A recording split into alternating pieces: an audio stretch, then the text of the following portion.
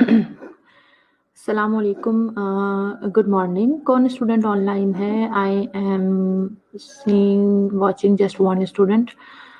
Who is online बेटा? Please मुझे सबसे पहले ये बताइए कि मेरी आवाज़ आ रही है। Am I audible? Can you hear मी?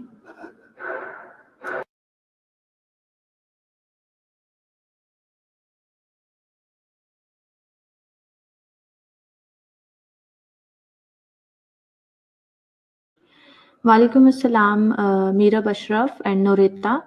बेटा जी आवाज़ आ रही है मेरी? जी मैम। ओके नूरेता, इट मीन्स कि आवाज़ आ रही है मेरी। ठीक है, जल्दी-जल्दी से बाकी तमाम स्टूडेंट्स को भी मैसेज दीजिए, जॉइन कर लें ताकि हम अपना लेक्चर स्टार्ट करें। थोड़ी देर वेट कर लेते हैं। सबको मैसेज दे दीजिए।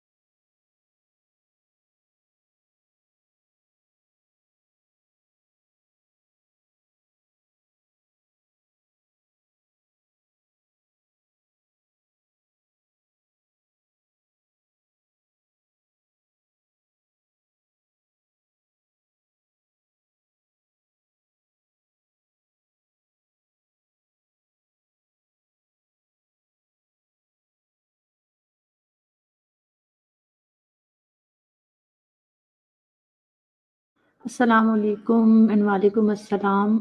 Still I have just 12 students, बाकी स्टूडेंट्स ने नहीं आना। सबको पता है ना अपनी क्लास की टाइमिंग।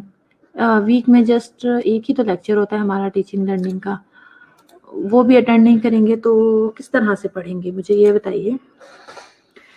बुला लें जल्दी जल्दी से जी बाकी स्टूडेंट्स को भी। यहाँ तो टीचर को रिक्वेस्ट करनी पड़ती है कि जी आ जाएं, बराए मेहरबानी पढ़ लें। मैं मीनवाइल लेक्चर अपलोड कर लेती हूँ। प्रॉब्लम सॉल्विंग हमने स्टार्ट किया था लास्ट, जो हमारा लेक्चर था फ्राइडे को, उसमें तो उसे हम आज कंप्लीट कर लेते हैं।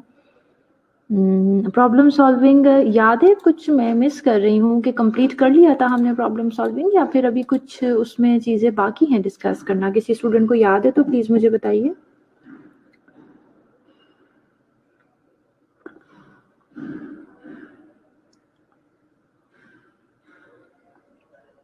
फातिमा सनाउल्लाह, मंडे से फिजिकली क्लासेस होंगी या नहीं होंगी ये आपको आपकी जो कोऑर्डिनेटर हैं, आप प्लीज़ उनसे, जो एडवाइज़र हैं, क्लास एडवाइज़र, आप उनके साथ डिस्कस करें और उनसे पूछ लें, बिकॉज़ वो आपको सही मैसेज दे देंगे। ठीक है जी, आप उनसे एक बार पूछ लीजिए।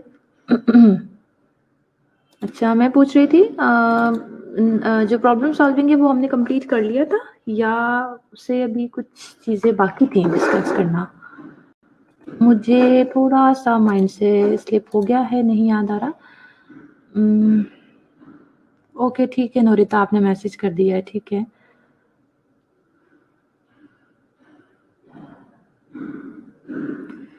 टीचिंग लर्निंग का सारा आपको पता है, कंटेंट जो है वो ऑलमोस्ट कुछ भी आप लोगों ने नहीं पढ़ा। अगर कुछ पढ़ा भी है तो उसकी आपके पास नोट्स नहीं है, कोई पीपीटीज़ नहीं है, कोई मटेरियल नहीं है। So obviously I have to cover whole content, और थोड़ा-सा लेंथी कंटेंट है, तो इसलिए प्लीज़ अपनी जो ऑनलाइन क्लासेस हैं उन्हें वेस्ट ना करें आप। मैं अब कोई भी चीज़ रिपीट नहीं करूँगी फिज़िकल क्लासेस में, because we don't have time. हम यूनिट 1 में जो जनरल राइटिंग का एक ऑब्जेक्टिव था वो हम कवर कर चुके हैं। उसके बाद मिक्स आपको फ़िलहाल मैं पढ़ा रही हूँ चीज़ें। उसके अलावा मैंने आपको कॉग्निटिव डेवलपमेंट की जो थ्योरी है जीन पियाजे की, जिसका जो है that is related to learning, कि किस तरह से कॉग्निशन डेवलप होती है, किस तरह से लर्निंग होती है, वो भी हम पढ़ चुके हैं। इसके बाद इंशाल्लाह फर्स्ट यूनिट में हमारे 2 ऑब्जेक्टिव रह गए हैं, क्रिटिकल थिंकिंग और रिफ्लेक्टिव लर्निंग। वो भी आपको मैं पढ़ा दूँगी। और इसके अलावा आपके यूनिट 3 में प्रॉब्लम सॉल्विंग था। अच्छा, जनरल राइटिंग मैं आपको पढ़ा चुकी हूँ, और इसके अलावा प्रॉब्लम सॉल्विंग जो था वो हमने लास्ट लेक्चर में स्टार्ट किया था। अच्छा, किसी स्टूडेंट को लगता है याद ही नहीं है मैम ने क्या पढ़ाया था और कहाँ तक पढ़ाया था? किसी ने अभी तक मुझे जवाब नहीं दिया।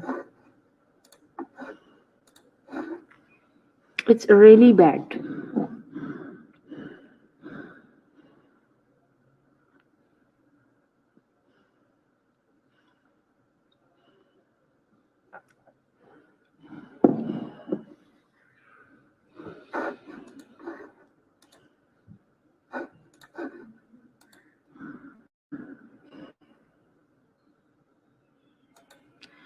प्रॉब्लम सॉल्विंग के जो स्टेप्स हैं आपके साथ डिस्कस किए थे कि आइडेंटिफिकेशन होती है, then we have to explore, then set goals, alternative, select, implement and evaluate. Identification of the problem में यही था कि सबसे पहला स्टेप है, जिस तरह से असेसमेंट हर चीज़ में ज़रूरी है, इसी तरह से प्रॉब्लम सॉल्विंग में भी असेसमेंट बहुत ज़रूरी है। इसमें हम पूरा जो प्रॉब्लम है सबसे पहले उसे सॉल्यूशन से पहले हम प्रॉब्लम को क्लियरली आइडेंटिफाइड करने की कोशिश करते हैं। उसको पूरा जो एक्सप्लोरेशन का फेज़ है हमारा, सेकंड फेज़, जिसमें हम प्रॉब्लम को एनालाइज़ करते हैं कि कौन-कौन लोग उसमें इन्वॉल्व थे और रीज़न क्या था उस प्रॉब्लम के ओरिजिनेट होने का, ठीक है? उसके बाद हम चले गए थे टुवर्ड्स द पोटेंशियल सॉल्यूशंस, यानी अब एक प्रॉब्लम है उसके लिए क्या-क्या सॉल्यूशंस हो सकते हैं, वो कौन-कौन से आपके माइंड में छुपे हुए पोटेंशियल सॉल्यूशंस मौजूद हो सकते हैं, उन्हें हमने डिस्कस करना होता है इस स्टेप में, कि वो तमाम जो अल्टरनेटिव्स हैं, यानी बेसिकली उन तमाम अल्टरनेटिव्स को आपने लिस्ट डाउन कर लेना होता है और उन ऑल्टरनेटिव के जितने भी एडवांटेज एंड डिसएडवांटेज होंगे वो सारी चीज़ें भी हम डिस्कस कर मतलब राइट डाउन कर लेते हैं। उसके बाद नेक्स्ट स्टेप आ जाता है कि जो बेस्ट सॉल्यूशन है, अब हमने उसमें से एक बेस्ट सॉल्यूशन को पिकअप करना है। उसका यही मेथड होता है कि जितने भी आपके ऑल्टरनेटिव्स हैं आपने राइट डाउन कर दिए हैं, उन ऑल्टरनेटिव्स को आपने देखना है कि उसमें कौन-कौन से ऑल्टरनेटिव्स हैं, किसके एडवांटेज ज़्यादा हैं, किसके डिसएडवांटेज ज़्यादा हैं, हम उन्हें कंपेयर करने की कोशिश करते हैं। ज़ाहिर है जिसके जो बेनिफिट्स होंगे किसी भी ऑल्टरनेटिव के जितने ज़्यादा होंगे उतना ही हम उसको साथ लेकर जो है वो प्रोग्रेस करेंगे। जो भी हमारे पास सॉल्यूशंस होते हैं उनके अगर एसोसिएटेड रिस्क फैक्टर या डिसएडवांटेज ज़्यादा हैं तो ऑब्वियसली हमें तो वेटेज करके जो है हम चीज़ों को जो है कंपेयर करते हैं, वेटेज करते हैं, ठीक है जी।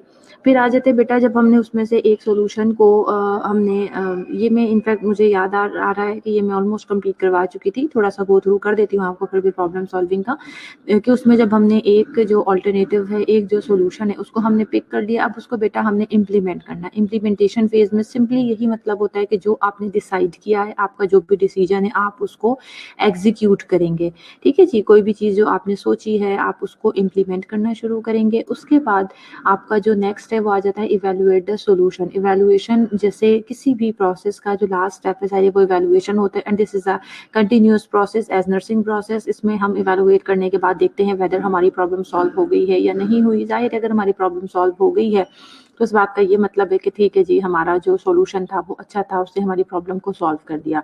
लेकिन अगर हमारी प्रॉब्लम स्टिल पूरी तरह से रिजॉल्व नहीं हुई है तो फिर से हम वही असेसमेंट फेज की तरफ चले जाते हैं, यानी आइडेंटिफिकेशन ऑफ द प्रॉब्लम। अब हम ये देखते हैं कि वो कौन सा प्रॉब्लम है जो स्टिल एग्जिस्ट कर रहा है, तो उसको फिर हम दोबारा से सारा उसी तरह से, मैंने आपको बताया कि ये कंटिन्यूस प्रोसेस है, ये इसी तरह से कंटिन्यू चलता रहता है, ठीक है। ये जो है कर लिया था हमने कवर, आपको मैंने जल्दी से थोड़ा गो थ्रू भी कर दिया। अब मैं ज़रा नेक्स्ट जो प्रेजेंटेशन है नेक्स्ट टॉपिक है उसे अपलोड कर लेती हूँ। 15 मिनट्स भी हो चुके हैं, अब तक काफ़ी स्टूडेंट को आ जाना चाहिए था but still 16 student, just 16 students are here. Okay, let me upload next lecture.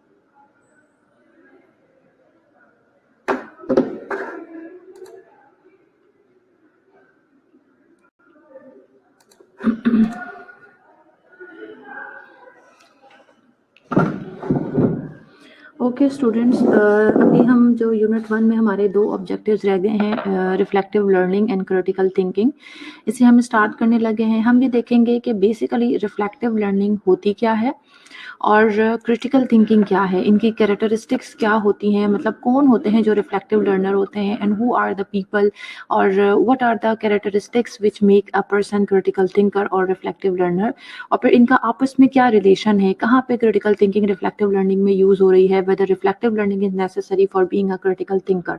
तो इन सारी चीज़ों को हम शॉर्टली प्रिसाइजली, जो जितना हमारा ऑब्जेक्टिव की रिक्वायरमेंट है, जितना हमारा कंटेंट है, वैसे तो ये बहुत ब्रॉडर टॉपिक है, बट हम अपनी रिक्वायरमेंट के अकॉर्डिंग इन्हें जो है कंप्लीट करेंगे। अच्छा, मुझे प्लीज़ एक और बात बताइए, आपके पास टीचिंग एंड लर्निंग से रिलेटेड कोई भी बुक है? आप स्टूडेंट्स आपको कोई बुक पहले एडवाइस की गई थी, आप कोई बुक यूज़ कर रहे हैं टीचिंग एंड लर्निंग के लिए? मुझे ये बताइए, प्लीज़ जवाब दीजिए।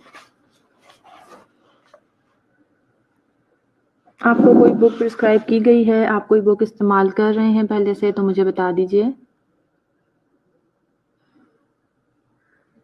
बुक का नाम बता दीजिए, राइटर का नाम बता दीजिए। नो मैम, किसी के पास नहीं है? तो अगर मैं आप लोगों से कहूँ तो आप लोग इनफैक्ट ये ज़्यादा थोड़ी सी शायद एक्सपेंसिव हो जाए, आई डोंट नो इसकी पेमेंट।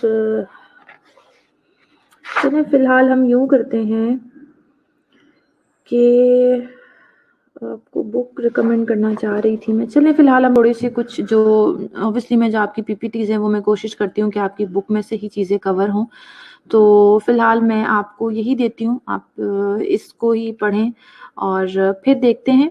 उसमें हम ये कर सकते हैं कि हम जो आप फ़िज़िकली जब क्लासेस अटेंड करना शुरू करेंगे तो मैं कोशिश करती हूँ तो उसकी पेमेंट भी पता करूँ। हम दूसरा अल्टरनेटिव ये निकाल लेंगे स्टूडेंट्स के लिए कि जो हमारे रिक्वायर्ड कुछ टॉपिक्स होंगे विच आई वांट कि आप ज़रूर उसको थोड़ा-सा डिटेल में डिस्कस करें, स्टडी करें।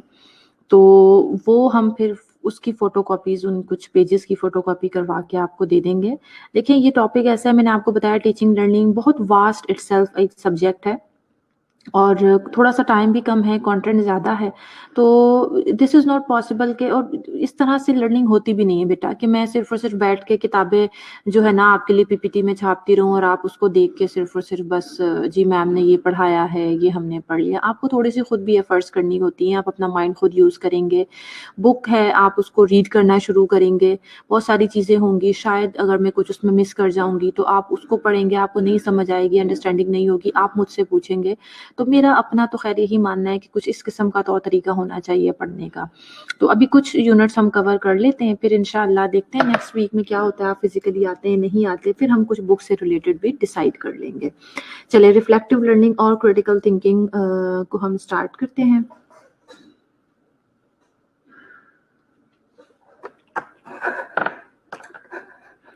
सबसे पहले हम ऑब्जेक्टिव देख लेते हैं।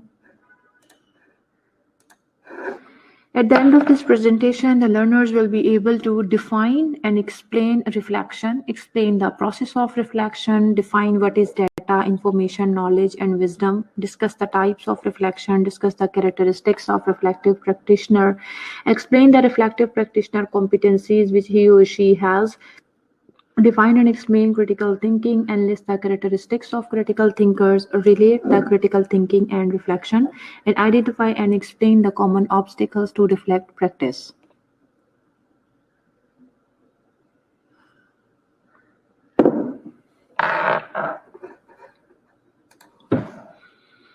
ओके, पहले देख लेते हैं रिफ्लेक्शन बेसिकली होता क्या है। Reflection is an active process of witnessing one's own experience in order to examine it more closely, give meaning to it, and learn from it. Reflection, पहली तो बात ये कि अच्छा ये थोड़ा सा डिस्कस कर रहे थे, रिफ्लेक्शन आपको पढ़ा क्यों रहे हैं, रिफ्लेक्टिव लर्निंग आपको क्यों पढ़ाई जा रही है।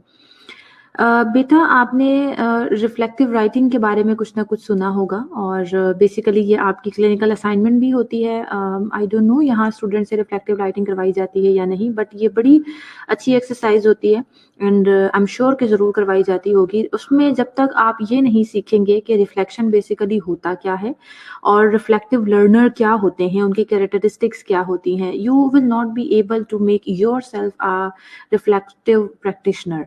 तो और रिफ्लेक्शन क्या होता है, जब तक आपको ये समझ नहीं आएगा, then you will not be able to write down reflection on any clinical scenario.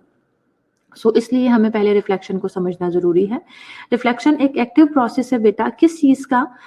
Witnessing one's own experiences, यानी हम अपनी, जैसे मैंने अभी आपको क्लिनिकल की एग्ज़ाम्पल दी, ज़ाहिर है इसमें हम ये करते हैं कि जो हमारी अपनी लाइफ़ के एक्सपीरियंसेस होते हैं, जो हमारी लाइफ़ के अपने एक्सपीरियंसेस हैं, जिन्हें हमने खुद से विटनेस किया है, जो हमारे ऊपर गुज़रे होते हैं, उन्हें हम एग्ज़ामिन करते हैं बहुत क्लोज़ली। एक तो हो गया ना, ठीक है, किसी के भी साथ कोई सिनेरियो हुआ, आप वार्ड में ड्यूटी पे गए, ज़ाहिर है मल्टीपल केसेज़ हमारे पास आते हैं, हम मल्टीपल पेशेंट से मिलते हैं, मल्टीपल डिज़ीज़ेज़ को उनकी जो है डिस्कस करते हैं। सम टाइम ऐसा भी हो जाता है कि कुछ एथिकल डायलेमास क्रिएट हो जाते हैं हमारी लाइक वार्ड में ऑन ड्यूटी। तो ये वो सारी बातें होती हैं बेटा, जो अगर हम उससे गो थ्रू हो गए, ठीक है, हमने एक्सपीरियंस कर लिया, हम कहते हैं ओके जी, हमने आज हम गए ड्यूटी पे, गो थ्रू हुए इन सारी चीज़ों से, घर आके हमने इवन वहाँ पर भी ठीक है, सिनेरियो रिज़ॉल्व हो गया, हमने कभी सोचा ही नहीं कि हम उसको क्लोज़ली मॉनिटर नहीं किया। तो रिफ्लेक्शन में ऐसा नहीं होता कि किसी चीज़ को आपने एक्सपीरियंस किया है और वो जस्ट पास ऑन कर दिया आपने उसको।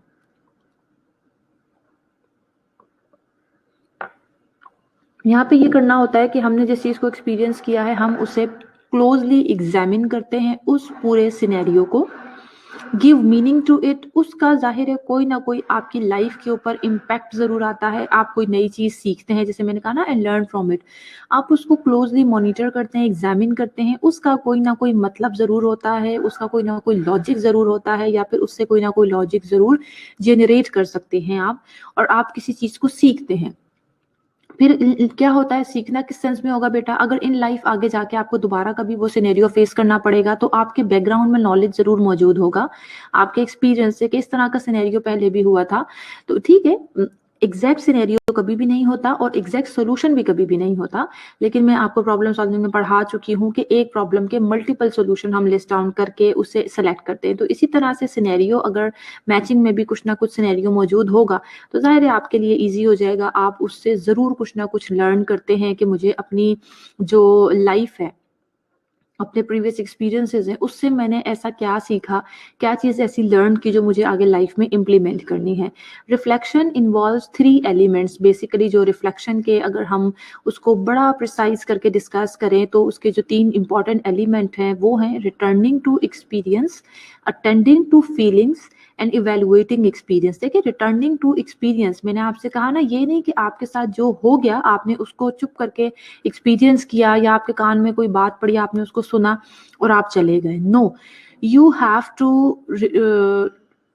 गो to back to your experience. आपको अपने एक्सपीरियंस की तरफ वापस जाना। इसका मतलब ये है कि ठीक है, मेरे पास उस टाइम वक्त नहीं था, मैं घर आऊंगी, मैं घर आके सोचूंगी, अच्छा आज ये सिनेरियो मेरे साथ हॉस्पिटल में हुआ, जैसे कोई सुसाइड का केस आ जाता है, कोई अबॉर्शन का केस हो गया, और कोई थ्रेटेंड अबॉर्शन हो सकता है, इस तरह के कोई लीगल केसेस और हो सकते हैं। तो मैं या फिर कोई एथिकल डायलेमास आ सकते हैं कि जैसे देखिए, कुछ लोग बहुत ज़्यादा अपने, मैंने आपको वैसे ही बताया, हम ट्रांस कल्चरल नर्सिंग की बात करते हैं, कुछ लोग बड़े इस चीज़ को मतलब बड़े सीरियस लेते हैं कि जी उनकी जो प्रैक्टिसेस हैं, उनका जो कल्चर है जिस प्रैक्टिस को अलाउ करता है, अगर उसका अगेंस्ट आपने उनके पेशेंट के साथ कोई भी चीज़ परफॉर्म कर दी है, तो ये वो चीज़ें होती हैं बेटा कि हम इनको फिर घर आके सोचें। हम रिटर्निंग टू एक्सपीरियंस का मतलब ही यही है कि मैं घर आके फिर सोचूं कि वो जो भी सिनेरियो आज मेरे साथ हुआ, उसको मैं फुली जो है उसको सोचूं बैठ के, उसको अटेंड करूं, उससे रिलेटेड फीलिंग्स को, कि उस टाइम मेरे माइंड में क्या आ रहा था, कि ये सिनेरियो था, तो इसमें मेरा क्या रोल होना चाहिए था, मैं इसको किस तरह से रिजॉल्व करती, या मैं उस पेशेंट की जगह होती तो मेरी क्या फीलिंग्स होती। तो आपकी उस वक्त जो फीलिंग्स थी, आप उसे अटेंड करें, and evaluating the experience. Evaluate करना क्यों ज़रूरी है? क्योंकि हमने ये देखना है कि हमने लर्न किस तरह से करना है। इवेलुएटिंग एक्सपीरियंस का मतलब कि उससे मैंने क्या लर्न किया, उस पूरे एक्सपीरियंस को मैंने इवेलुएट करना है। तो बेसिकली ये 3 एलिमेंट्स हैं रिफ्लेक्शन के, जो बहुत इंपॉर्टेंट एलिमेंट है, कि कुछ भी आपका एक्सपीरियंस है, you have to go back to your experience और अटेंड करें अपनी फीलिंग्स को related to that particular experience, and then evaluate your experience. अभी तक समझ आ रहा है रिफ्लेक्शन क्या है, या कोई डिफिकल्टी हो रही है? क्योंकि मुझे पता है ये थोड़ा-सा कॉम्प्लिकेटेड सी चीज़ें हैं, reflection, critical thinking. When I was a student मेरे लिए भी थोड़ा कॉम्प्लिकेट होता था, और टाइम बीइंग हम पढ़ लेते थे, समझ आ जाता था, बाद में हम भूल जाते थे। तो अगर किसी का अभी भी कोई क्वेश्चन है, कोई नहीं समझ आ रहा, तो आप मुझसे पूछ लीजिए।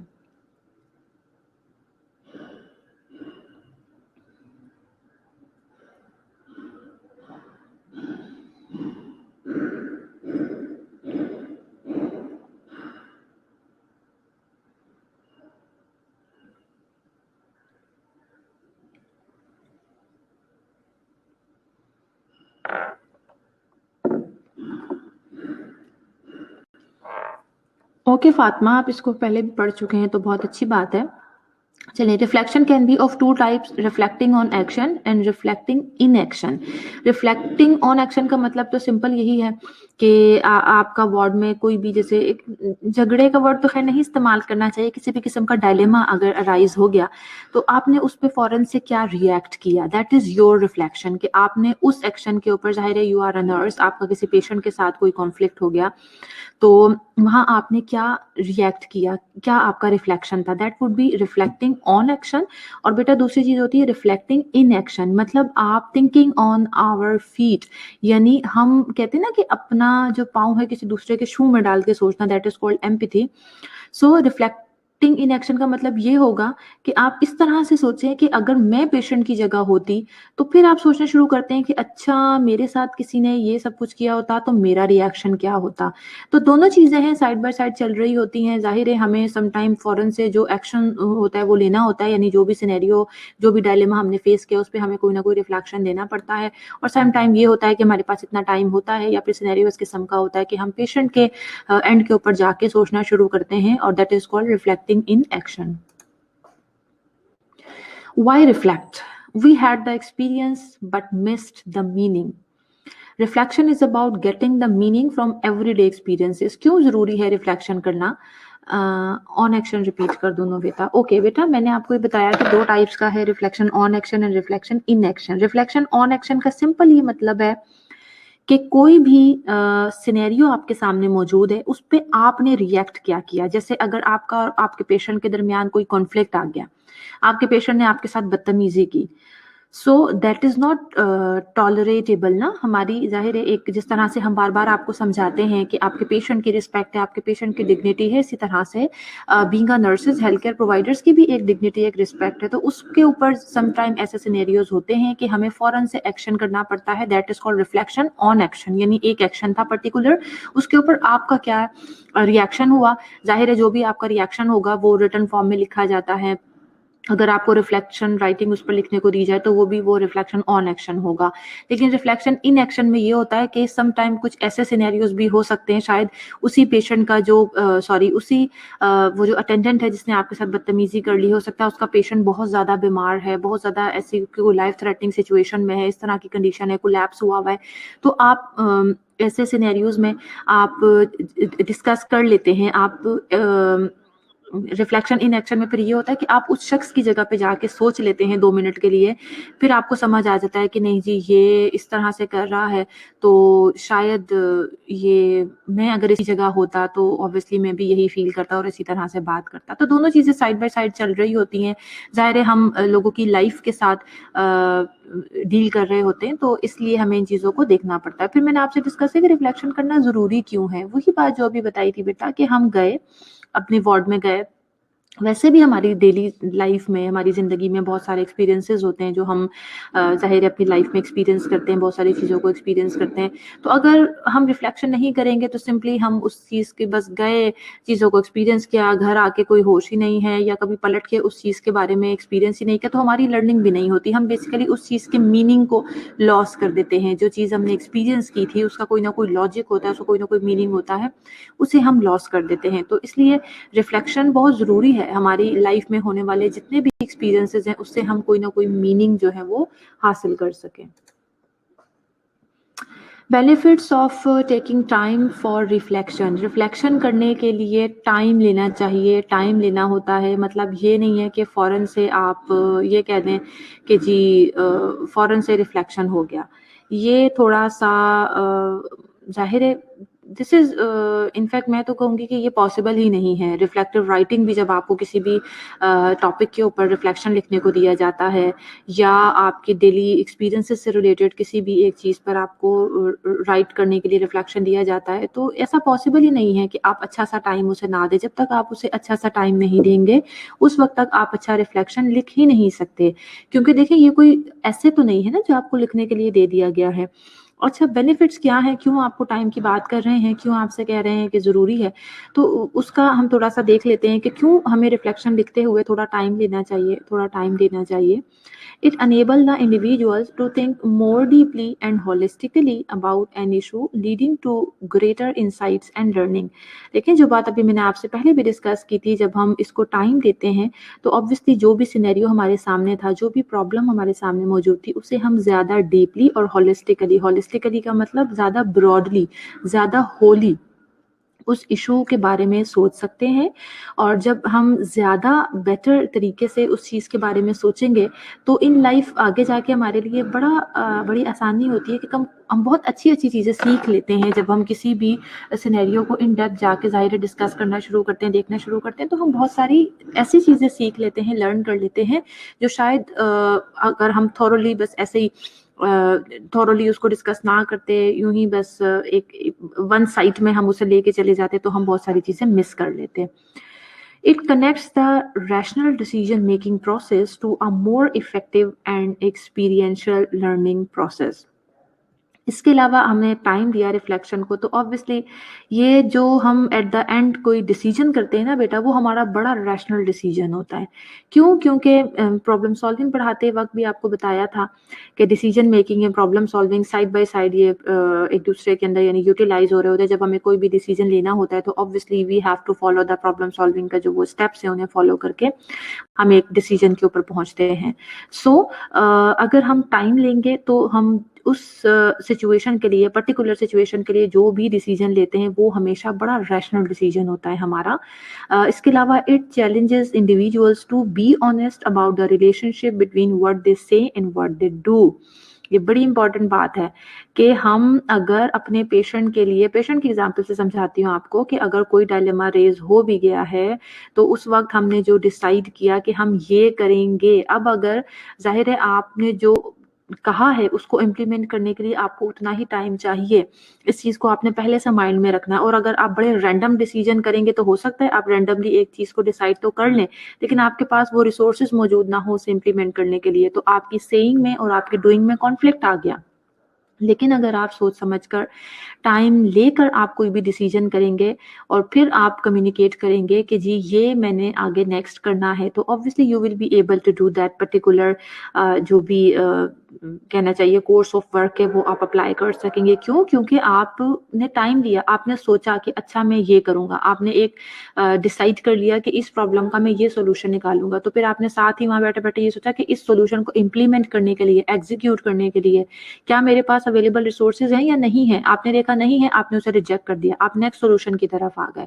सो ज़ाहिर है ये चीज़ तो लाइफ में ही बड़ी इंपॉर्टेंट है कि आपका what you are saying and what you are doing, इनका रिलेशनशिप कैसा है, ये बड़ी इंपॉर्टेंट बात है। Then it creates opportunities to seriously consider the implication of any past or future action. इसके अलावा ये आपको ज़ाहिर टाइम देती है, मैंने आपसे कहा कि आप अच्छे से सोच लेते हैं, टाइम देते हैं, तो इन फ्यूचर भी आपके वो काम आ सकते हैं वो चीज़ें, जो सॉल्यूशंस। और इसके अलावा आपने कभी फ्यूचर में अगर कोई आपसे जल्दबाजी में मिस्टेक हो गई थी, आपने ज़्यादा टाइम नहीं दिया था अपने रिफ्लेक्शन को, जल्दी-जल्दी में आपसे कोई मिस्टेक हो गई, तो उसका भी आपके माइंड में फ़ौरन से होता है कि नहीं जी मैंने लास्ट टाइम जल्दी की थी तो मुझसे ये गलती हो गई, इस दफ़ा मुझे ये गलती नहीं करनी। इसके अलावा जी it acts as a safeguard against making impulsive decision. Impulsive decision उन डिसीजंस को कहते हैं जो बड़े रैपिड एक्शन में होते हैं और यूजुअली उनका जो आउटकम है वो अच्छा नहीं आता। ठीक है बेटा? तो यही है कि अगर हम किसी भी टॉपिक के बारे में, किसी भी सिचुएशन के बारे में, किसी भी सिनेरियो के बारे में अगर हम रिफ्लेक्ट कर रहे हैं, हम रिफ्लेक्शन उसकी लिख रहे हैं, तो ऑब्वियसली हम उसे जो है जो हमारे इम्पल्सिव डिसीजंस हैं, अगर हम टाइम लेंगे तो ऑब्वियसली हमारे जो डिसीजंस हैं वो बहुत रैपिड नहीं होंगे।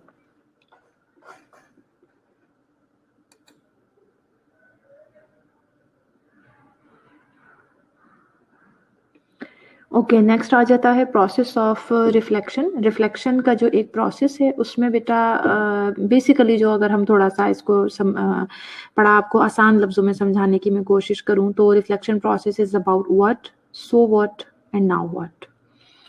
व्हाट में क्या है कि बेसिकली व्हाट हैपेंड, रिफ्लेक्शन क्या होता है? मैंने आपको बताया कि रिफ्लेक्शन क्यों समझाया जा रहा है, आपको क्यों पढ़ाया जा रहा है, रिफ्लेक्टिव राइटिंग के लिए, ठीक है।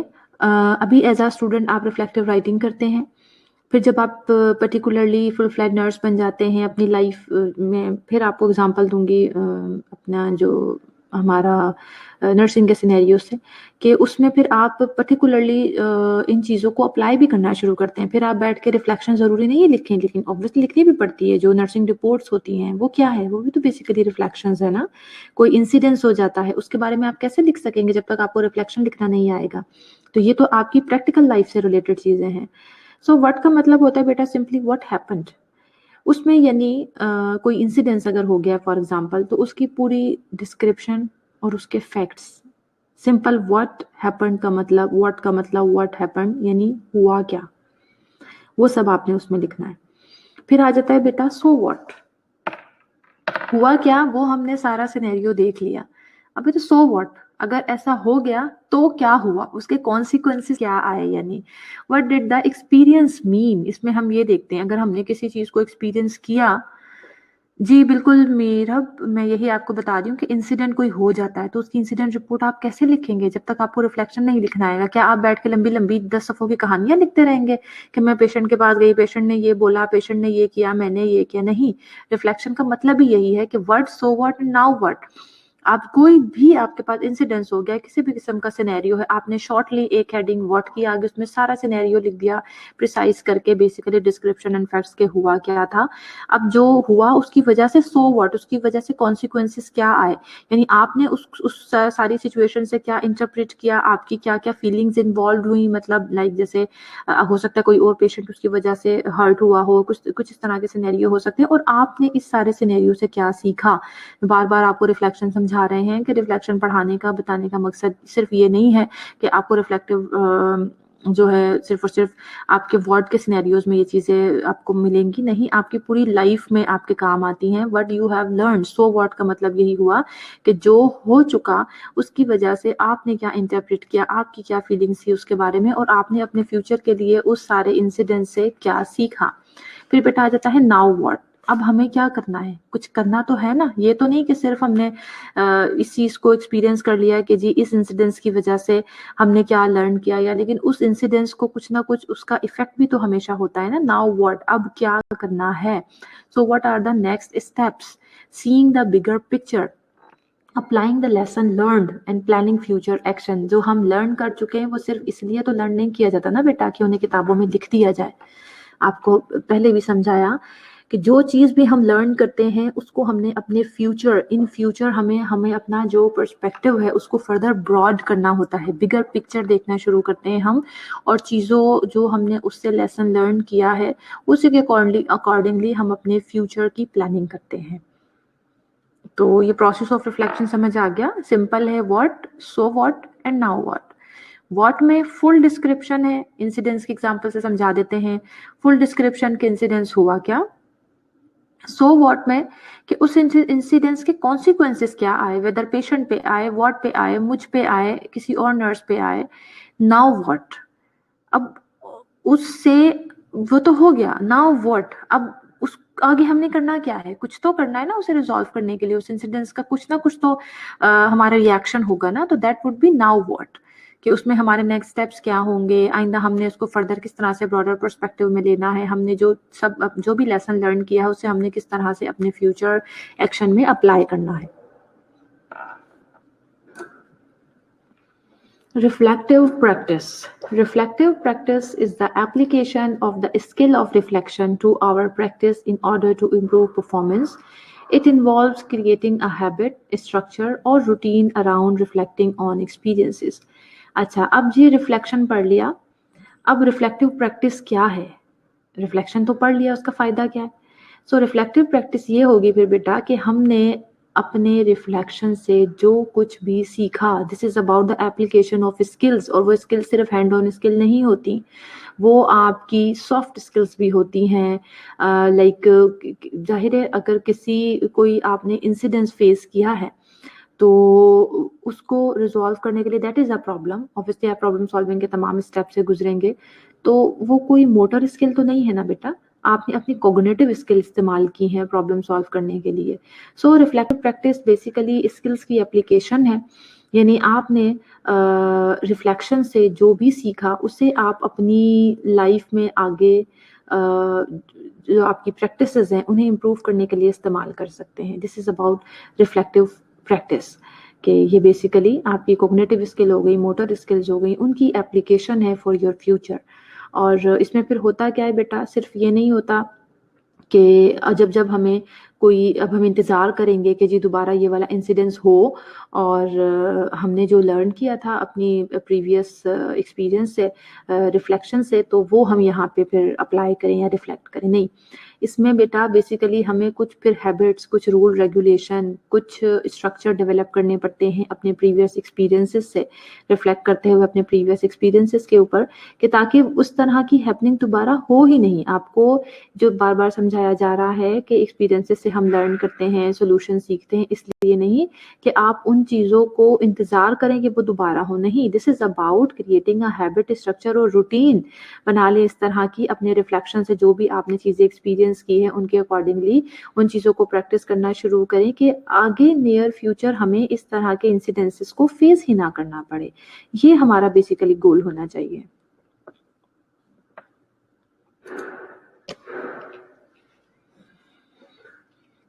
डेफिनेशंस देख लेते हैं, छोटी-छोटी सी डेफिनेशंस हैं। डेटा क्या होता है? डेटा बेसिकली रॉ फॉर्म होती है, हमेशा याद रखिएगा। जो भी इन्फॉर्मेशन है उसकी पहली रॉ फॉर्म होती है फैक्ट्स और फिगर्स की। Information is the data that has been collected and organised. जब उसी डाटा को हम थोड़ा-सा यानी प्रॉपर्ली कलेक्ट करके ऑर्गेनाइज़ फॉर्म में रख लेते हैं, उसकी कोई ना कोई अंडरस्टैंडिंग होना शुरू हो जाती है, दैट इज़ कॉल्ड इन्फॉर्मेशन, यानी वो ऑर्गेनाइज्ड हो गई है। हैपहैज़र्ड इधर-उधर चीज़ें पड़ी हुई हैं, उनको हमने अकॉर्डिंगली, फॉर एग्ज़ाम्पल जैसे कुछ न्यूमेरिक नंबर्स हो गए, कुछ अल्फ़ाबेटिक मतलब कुछ फैक्ट्स एंड फिगर्स हो गई। तो अगर उसमें न्यूमेरिक जो वैल्यूज़ हैं, जैसे हम एग्ज़ाम्पल आपको दे देते हैं कि अगर हम एपिडेमियोलॉजी से कोई एग्ज़ाम्पल ले लें, हमारे पास डाटा मौजूद है जी, इतना मोर्टेलिटी रेट है, इतना अंडर 5 मोर्टेलिटी रेट है, इतना मैटरनल मोर्टेलिटी रेट है, ये चीज़ें सारी हमने, अगर हम उसको प्रॉपर एक टेब्यूलर फॉर्म में लिख दें काउंट करके, तो दैट वुड बी इन्फॉर्मेशन। हम उसको एक प्रॉपर, हमारे पास फैक्ट्स और फिगर्स मौजूद थे, उनको हमने ऑर्गेनाइज कर दिया। अब एक कॉलम में हमने लिख दिया सारे हमारे जो वेरिएबल्स हैं वो लिख दिए, मैटरनल मोर्टेलिटी रेट हो गया, अंडर 5 मोर्टेलिटी रेट हो गया, और उसके आगे जो सेकंड कॉलम है हमारा, उसके ऑपोजिट में हमने उसकी क्वांटिटीज लिख दी, ठीक है जी, ऑर्गेनाइज करके उसकी हमने क्वांटिटीज लिख दी। So this is called information. अब जो आपका डाटा है वो इन्फॉर्मेशन में कन्वर्ट हो चुका है। उसके बाद आ जाता है बेटा knowledge. Knowledge is information which has been systematised through processes of filtering, testing, comparing, analyzing and generalizing in order to create understanding. Knowledge क्या होती है बेटा? जब हमने जी थोड़ा सा रिसर्च से अगर आप इसको लिंक करेंगे तो ज़्यादा अच्छे से इन डेफिनेशंस को समझ सकेंगे आप, कि जैसे हम डाटा कलेक्ट करते हैं, वो तो उस वक्त हम सिर्फ और सिर्फ फैक्ट्स और फिगर्स को कलेक्ट कर रहे होते हैं ना, दैट इज़ डाटा। जब हम उसको एक प्रॉपरली, नेक्स्ट स्टेप हमारा यही होता है कि हम उसे प्रॉपर एक टेब्यूलर फॉर्म में ऑर्गेनाइज कर देते हैं। क्यों? क्योंकि हमने उसके ऊपर कुछ स्टैटिस्टिकल टेस्ट अप्लाई करने होते हैं। जब वो एक प्रॉपर फॉर्म में कलेक्शन के बाद ऑर्गेनाइज हो जाती है, दैट इज कॉल्ड इन्फॉर्मेशन। और फिर थर्ड स्टेप आ जाता है नॉलेज का। नॉलेज में फिर ये है कि हमने उसके ऊपर डिफरेंट स्टैटिस्टिकल टेस्ट जिस तरह से अप्लाई करने होते हैं, सेम यहीं पे कि जितनी भी इंफॉर्मेशन थी हमारी, अब हमने उसको एक फ़िल्टर आउट करना शुरू किया। जो उसमें कोई ऐसी इंफॉर्मेशन लगी जिसकी कोई ज़रूरत नहीं है, उसे हमने उसमें से डिलीट कर दिया। टेस्ट किया हमने, एक दूसरे के साथ कंपेयर किया, प्रॉपर यानी एनालाइज किया। फिर आपको पता है कि उसके बाद एक चीज़ रिसर्च के एंड पे क्या होती है कि हमने जनरलाइज करना होता है। जो रिजल्ट्स हमारे आते हैं उसको हम पॉपुलेशन के ऊपर जनरलाइज कर देते हैं। सो जितनी भी इंफॉर्मेशन हमारी थी उसे नॉलेज में उस वक्त कन्वर्ट किया जाएगा जब आपने उसको प्रॉपरली एनालाइज, कंपेयर करके एक रिजल्ट निकाल के उसे इस तरह से जनरलाइज किया कि लोगों को अंडरस्टैंडिंग डेवलप हो, तभी तो हम उसे नॉलेज कहेंगे। वरना इधर उधर पड़ी हुई चीज़ें, कोई भी डाटा, उसको हम नॉलेज क्यों नहीं कह देते? नॉलेज उसी वक्त, अब जैसे हम लेक्चर की एग्जांपल ले लेते हैं। बुक में, हर बुक में देखें डाटा मौजूद है, इनफैक्ट इन्फॉर्मेशन भी हम इसे कह सकते हैं, वो मौजूद है।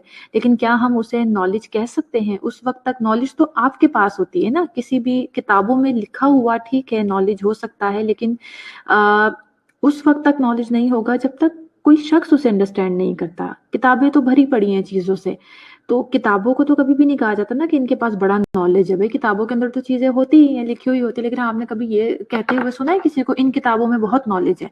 हाँ, लेकिन आपने ये जरूर सुना होगा कि फलां बंदे के पास बड़ा नॉलेज है, फलां बंदे के पास फलां टॉपिक से रिलेटेड बड़ा नॉलेज है। क्यों?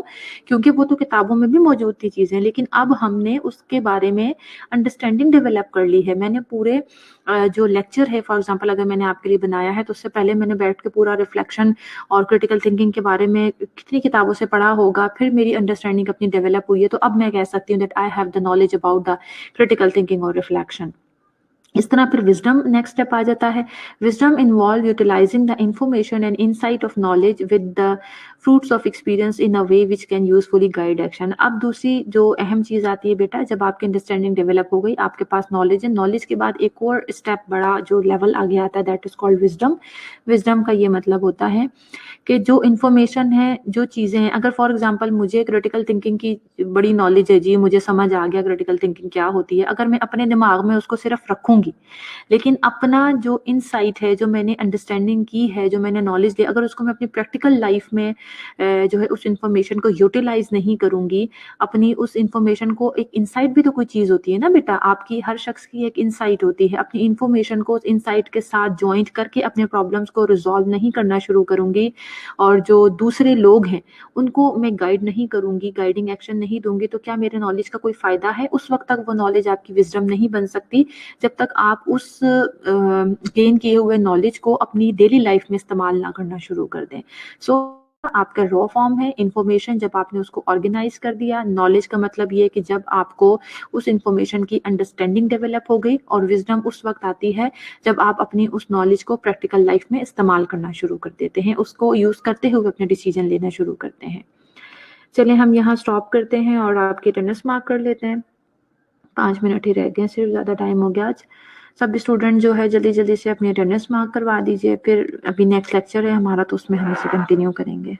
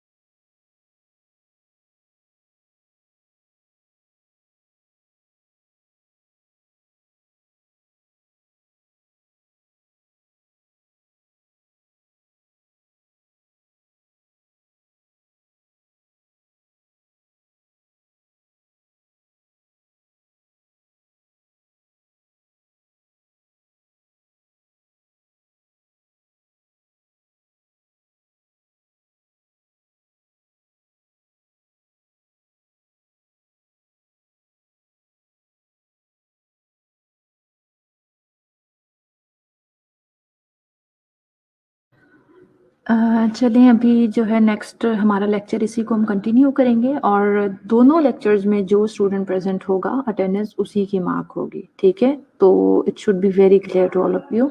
अभी 10 मिनट्स का ब्रेक कर लेते हैं, मैं पहले ऑनलाइन आ जाऊँ, फिर हम आपको 10 मिनट्स का ब्रेक दे देंगे, फिर इंशाल्लाह इस लेक्चर को जो हम यहीं से कंटिन्यू करेंगे।